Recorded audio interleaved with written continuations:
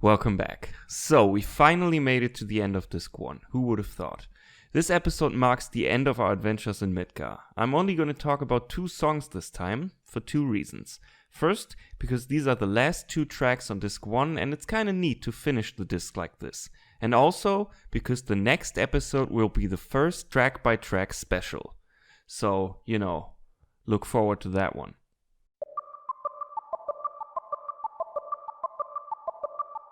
Since last time, we've been captured, thrown into prison, broke back out, witnessed the death of President Shinra, met his son, kicked his ass, and now we're escaping Midgar in possibly the most awesome way imaginable. A badass escape sequence like this, which includes the best FMV ever, needs a great track, and Uematsu delivers, by going full techno. This song has connections to Bombing Mission, both in terms of story, they bookend our time in Midgar, and musically. Both tracks are fast-paced and action-oriented, and are played during elaborate action set pieces. They also both have a lot of similar-sounding percussion, and there is even a melody which has astounding similarities. Now, I just figured this out, it's not immediately apparent. Let's just listen to these parts side by side first.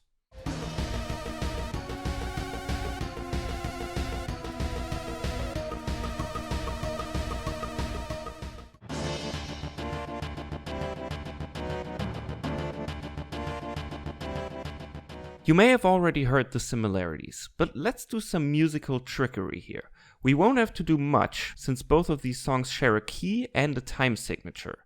We only need the main melodies, so let's get rid of all the rest. First, let's turn all these notes into whole notes, just to make it easier. Then let's move these notes down. And they line up perfectly. Suddenly it's the same melody. Outstanding move, Uematsu. Naturally, this song also plays during the motorcycle minigame in the Gold Saucer. In both cases, this track's pretty great. Except for some percussion elements, all of the instruments are electronic and heavily distorted. The music fits the climactic nature of the escape, not to mention the anxiety of trying to keep ourselves and our party members alive. We've never really talked about tempo in this series, but this song clocks in at 192 beats per minute. This means that a quarter note will be fast enough to be hit 192 times per minute, or roughly 3 times a second. Now, I haven't checked all of the other tracks, but I think that makes it one of the fastest, if not the fastest track on the entire album. Quick update, I couldn't let it go, so I checked the sheet music for the whole soundtrack, and I was right. Crazy Motorcycle is the fastest track on the soundtrack, but not by far. Here's the top 3 fastest songs for those who care. In conclusion, I think it's a very fitting tune for the motorcycle chase. Just like the escape itself, it's exciting, wild, and it plays out at breakneck speed.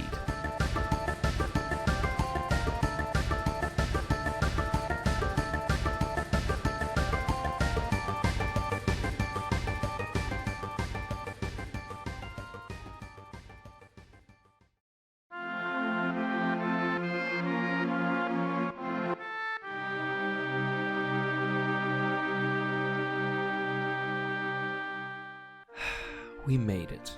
We're finally out of Midgar. Remember when I mentioned that you need some breathing space after long action sequences? Well, here's another one.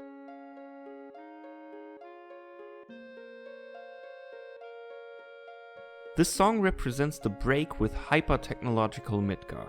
We're finally gonna see some nature, so as a direct contrast to Crazy Motorcycle, all the instruments are once again those that belong in a traditional orchestra. Strings, woodwinds, a harp, a glockenspiel, and, I think, a vibraphone. Probably. It's hard to tell with MIDI sounds sometimes.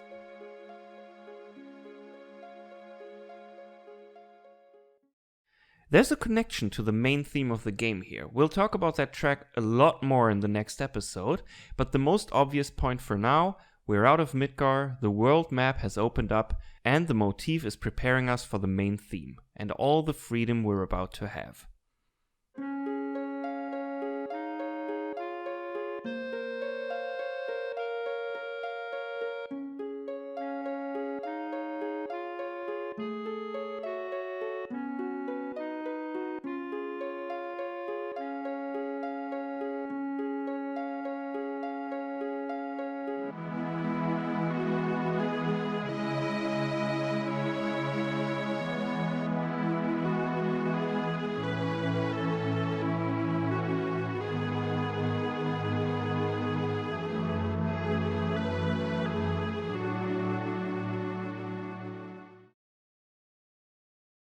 There is a second melody which makes an appearance in the main theme. Here it sounds cheery, in the main theme it's a bit more dramatic.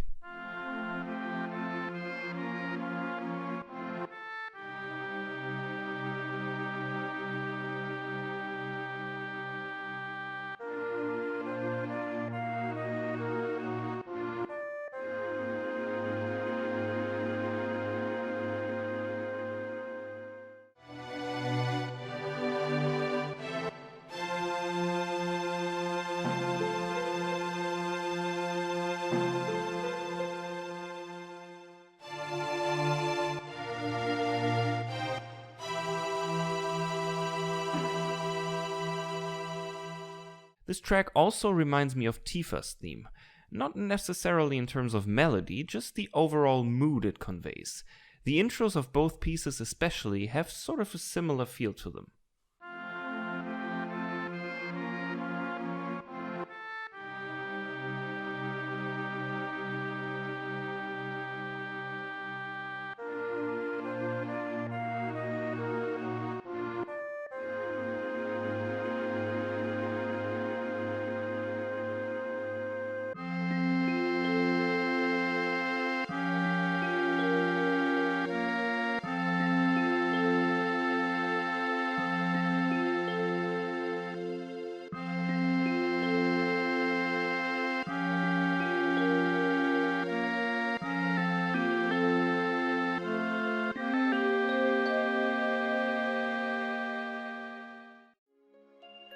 This track is basically the semi-world map theme. It plays in situations where we are still exploring, like at this point where we are on our way to Corel. Now I have to say I really like this one. As much as I love Midgar, I think it's great to be out and to see what else the world of Final Fantasy VII has to offer. To see that there's actually some nature out there in the world, and to see the gentler, calmer side of this game. Right from the get-go, FF7 goes full on cyberpunk. All around us there's nothing but dystopian rundown technology, and now we can finally take a breath and prepare for our adventure, which has only just begun.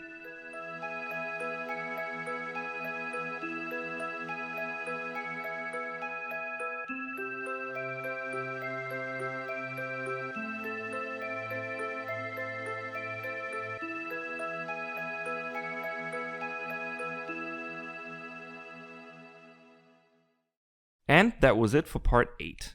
Thank you for watching and I hope you enjoyed it. Stay tuned for part 9.